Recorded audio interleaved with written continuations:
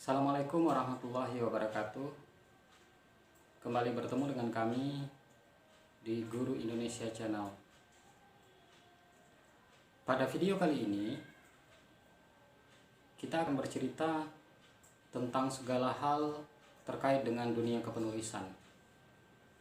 Saya sejak masih sekolah di pesantren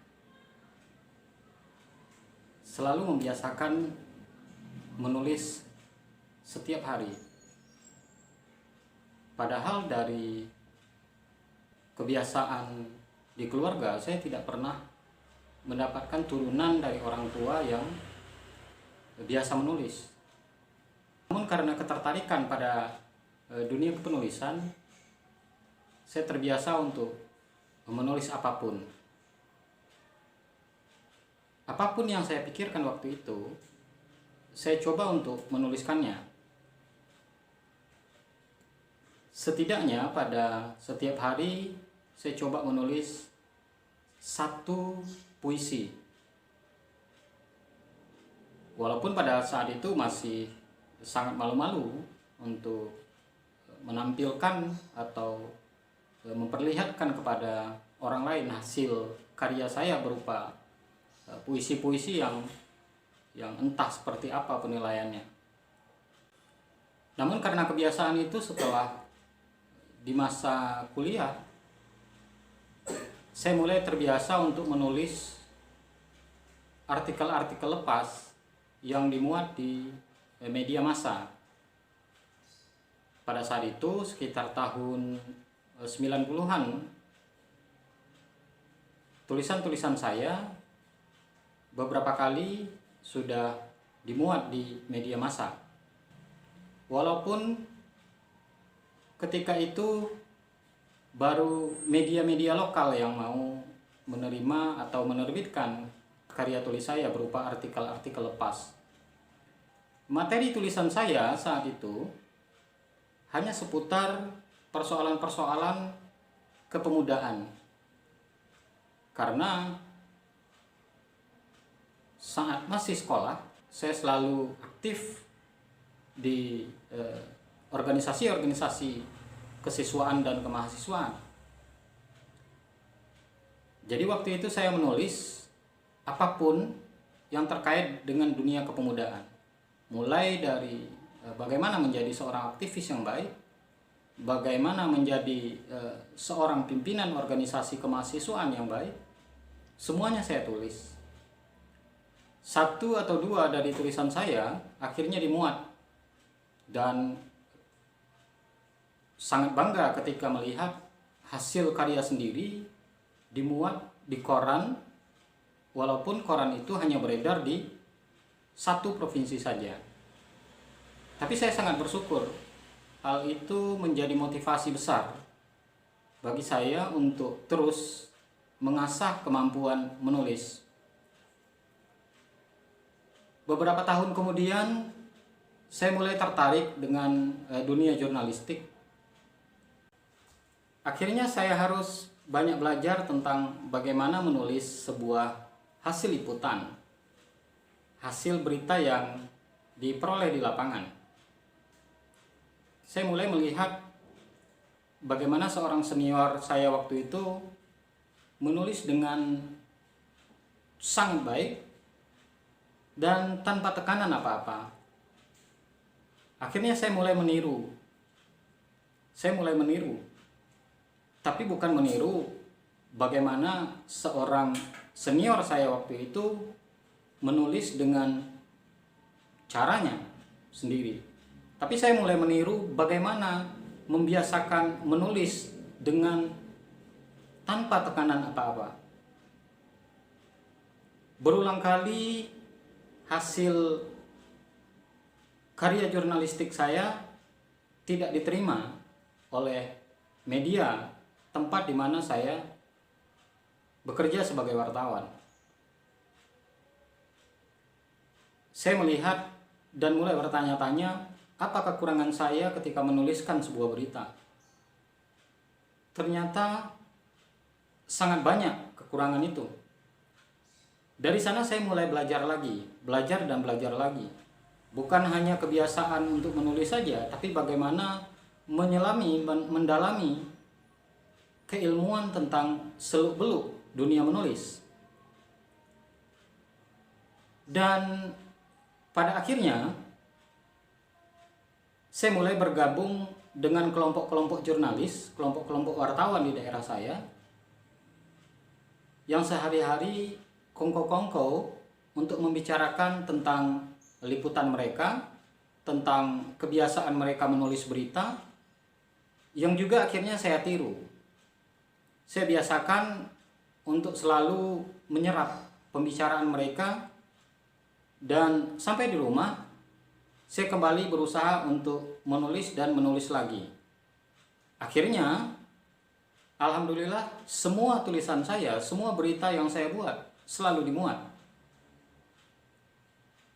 Itu awal ketika saya mulai belajar tentang menulis. Karena kesibukan mulai bekerja, kesibukan menyelesaikan kuliah, akhirnya dunia kepenulisan yang saya tekuni juga sedikit terhambat. Tapi tidak serta-merta saya tinggalkan. Kebiasaan menulis puisi pun tetap saya upayakan agar tidak hilang begitu saja. Akhirnya puisi saya menumpuk. Di antara berita-berita yang saya buat, saya juga selalu mengirimkan 1 atau 2 puisi saya di setiap edisi terbitan. Alhamdulillah akhirnya itu terus memacu saya untuk menjaga kualitas kepenulisan yang sudah saya dalami. Namun demikian, saya memakai kata dunia kepenulisan yang saya dalami. Dunia kepenulisan sebenarnya terlalu dalam kalau disebut sudah mendalami. Karena terlalu banyak, sangat banyak di dalam dunia kepenulisan seluk-beluk yang harus kita pelajari. Tapi untuk menjadi penulis ternyata tidak terlalu rumit. Tidak terlalu banyak beban yang harus kita bawa kemana-mana untuk menjadi seorang penulis. Saya mulai menulis novel di tahun 2003, dan novel itu sampai sekarang tidak pernah terbit karena memang saya tidak pernah ingin menerbitkan novel pertama saya, tapi tetap dibukukan walaupun tidak diedarkan. Itu kebiasaan yang pernah saya coba lakukan dalam dunia tulis-menulis. Lalu dunia tulis-menulis mulai berkembang, baik dari perkembangan medianya, seperti media massa yang sudah mulai berubah ke dunia online, hadirnya media-media massa online yang memanfaatkan jaringan internet. Itu juga membuat saya semakin tertarik kepada dunia tulis-menulis. Apalagi dengan perkembangan gerakan literasi nasional yang diluncurkan oleh pemerintah, juga turut memacu saya untuk memunculkan kreativitas di bidang tulis-menulis. Bapak Ibu guru Indonesia, ada teman yang bertanya kepada saya terkait dengan bagaimana menelurkan sebuah karya ilmiah yang baik. Setidaknya pada waktu itu saya jawab, jangan mikir dulu tentang karya ilmiah kalau belum biasa menulis, walaupun itu kewajiban. Saya hanya menyarankan kepada teman saya, kalau mau menulis tentang hal yang diatur dalam dunia ilmiah, jangan pernah menumpuk referensi. Karena yang jelas karya tulis ilmiah harus menggunakan referensi-referensi yang banyak. Harus ada literatur-literatur dari para pakar terkait dengan materi yang sedang kita kaji, sedang kita tulis, sedang kita bahas. Jadi saya sarankan kepada teman saya yang bertanya untuk menuliskan saja tentang topik yang akan dijadikannya karya tulis ilmiah, menulis tanpa beban, menulis dengan pikiran yang ada pada saat itu, tanpa harus memikirkan referensi apa yang cocok ditambahkan. Kalau pendapat ini dan itu, kapan dimasukkan? Kalau pendapat pakar A tentang masalah yang sedang dikaji, dibahas, itu di mana mencarinya? Begitu saya sarankan kepada teman saya, jangan memikirkan literatur atau referensi. Jadi menulislah dengan modal ide dan pikiran sendiri. Lalu bagaimana sebuah topik yang ingin dijadikan karya ilmiah? Kalau misalnya sudah menuliskan apapun yang dipikirkan tentang topik yang sedang dibahas, maka setelah itu barulah seorang penulis agar lebih memudahkan mencari data, referensi yang sekiranya cocok dengan hasil bahasan yang dibuat. Hal itu dilakukan oleh teman saya dan ternyata berhasil. Bapak Ibu guru Indonesia, sekarang kewajiban-kewajiban untuk menulis bagi guru dalam gerakan literasi nasional, khusus untuk guru, dikembangkan melalui publikasi-publikasi ilmiah dan karya inovatif. Ada namanya PTK, ada namanya PTS bagi kepala sekolah, ada namanya best practice bagi guru. Lalu bagaimana menuliskannya apabila Bapak Ibu masih tersendat, terbebani dengan kerangka tulisan yang cukup rumit, yang kadang sulit bagi sebagian orang untuk menyusunnya? Saran saya, menulislah seperti teman yang saya ceritakan tadi, sesuai dengan apa yang Bapak Ibu pikirkan.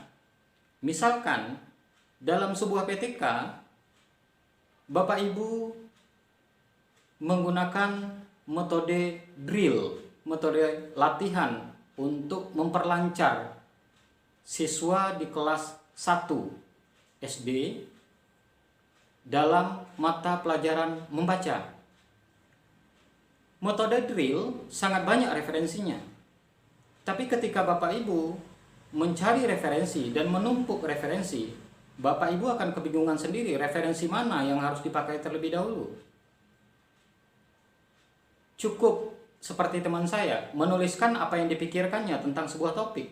Bapak Ibu juga bisa lakukan tentang metode pembelajaran yang digunakan dalam rangka perbaikan pembelajaran di kelas. Bapak Ibu bisa gunakan sebuah metode dan mulai menuliskannya sesuai dengan pikiran Bapak Ibu sendiri. Lalu persoalan referensi seperti apa? Itu urusan nanti. Kenapa urusan nanti? Karena setiap tulisan akan memasuki beberapa fase sampai tulisan itu dihidangkan kepada pembaca. Kalau PTK dihidangkan kepada kepala sekolah, dihidangkan kepada pengawas sekolah, untuk seterusnya diberikan persetujuan. Bapak Ibu guru Indonesia cukup menuliskan apa yang Bapak Ibu ketahui tentang persoalan-persoalan perbaikan pembelajaran. Jadi tidak perlu rumit-rumit, tidak perlu terbebani untuk menjadi seorang penulis yang betul-betul handal dan bereputasi tinggi. Jangan. Karena tidak ada penulis yang lebih senior daripada orang lain. Yang ada penulis yang lebih dahulu menulis daripada Bapak Ibu. Tidak ada penulis yang disebut dengan penulis junior, penulis pemula, tidak. Karena setiap orang punya gaya menulis sendiri-sendiri, punya gaya bahasa tulisan. Dan itu tidak bisa disamakan, tidak bisa ditiru. Saya yang terbiasa menulis artikel ilmiah tidak bisa disebut sebagai seorang senior penulis artikel ilmiah. Saya yang biasa menulis novel budaya tidak bisa disebut sebagai seorang senior penulis novel budaya. Karena penulis novel budaya lain yang mungkin baru kemarin, baru minggu lalu belajar menulis, sudah tentu punya gaya bahasa sendiri yang tidak bisa juga saya tiru. Bapak Ibu juga tidak akan pernah bisa meniru gaya bahasa saya dalam sebuah karya tulis. Makanya jangan pernah malu, jangan pernah ragu. Setiap hari mulailah menulis tentang apa saja sesuai dengan tupoksi masing-masing. Bapak Ibu yang guru mata pelajaran, menulislah tentang artikel-artikel yang berbau linier dengan mata pelajaran yang Bapak Ibu ampu. Kalau Bapak Ibu guru SD, guru kelas, menulislah tentang persoalan-persoalan siswa yang Bapak Ibu ampu. Lama-kelamaan Bapak Ibu akan merasakan bahwa menulis itu sangat mudah, menulis itu bukan sebuah beban. Apalagi hanya menulis sebuah PTK. PTK yang sudah dipandu kerangkanya oleh pemangku kepentingan, pemegang kebijakan. Kita tinggal menyusun materi itu sesuai dengan panduan kerangka yang sudah ada. Jadi sangat mudah. Sekali lagi Bapak Ibu, selamat menulis dan jangan pernah berhenti menelurkan karya tulis dalam bentuk apapun. Selalu bersemangat, salam literasi, salam guru Indonesia, assalamualaikum warahmatullahi wabarakatuh.